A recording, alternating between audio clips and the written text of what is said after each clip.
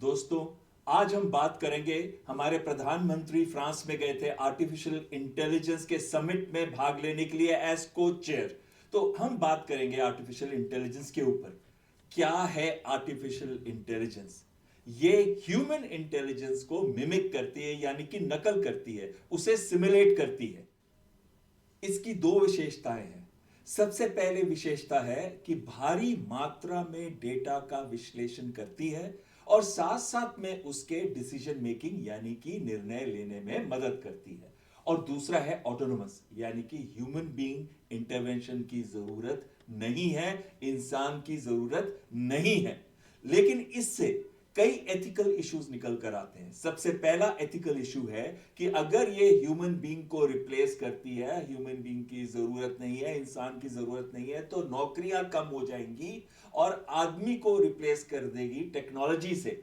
तो इसके लिए यह कहा जा रहा है कि ये जॉब्स को, क्रिएशन को कम नहीं करेगी, लेकिन जॉब्स अलग तरीके के आएंगे जिसमें आपको अलग तरह की स्किल सेट्स की जरूरत होगी। तो यहां पे निपुणता चाहिए होगी, वो स्किल सेट चाहिए होंगे जो आर्टिफिशियल इंटेलिजेंस या टेक्नोलॉजी से मैच करते हो।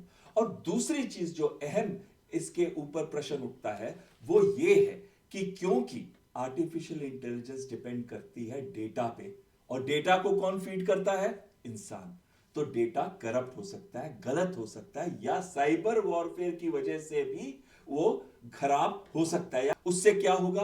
उससे डिसीजन मेकिंग या निर्णय गलत लिए जाएंगे, परिणाम बहुत ही भयंकर हो सकते हैं। ये बिजनेस में भी हो सकते हैं और नेशनल सिक्योरिटी में भी हो सकते हैं। लेकिन यहां पे एक प्रश्न उत्पन्न होता है, और वो प्रश्न है कि अगर ये जो आर्टिफिशियल इंटेलिजेंस है इसको हम लिंक कर दे वेपन्स ऑफ मास डिस्ट्रक्शन के साथ, यानी कि न्यूक्लियर, बायोलॉजिकल और केमिकल वॉरफेयर के साथ, तो इसके भयंकर आउटकम्स होंगे, इसका भयंकर परिणाम होगा। तो इसके लिए हम क्या कर सकते हैं?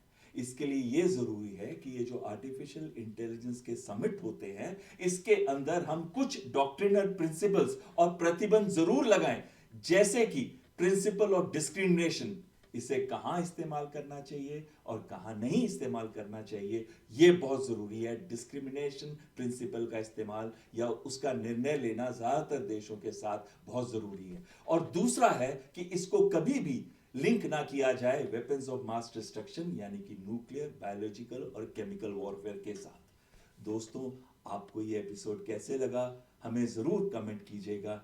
धन्यवाद। आपका दिन शुभ हो। जय हिंद,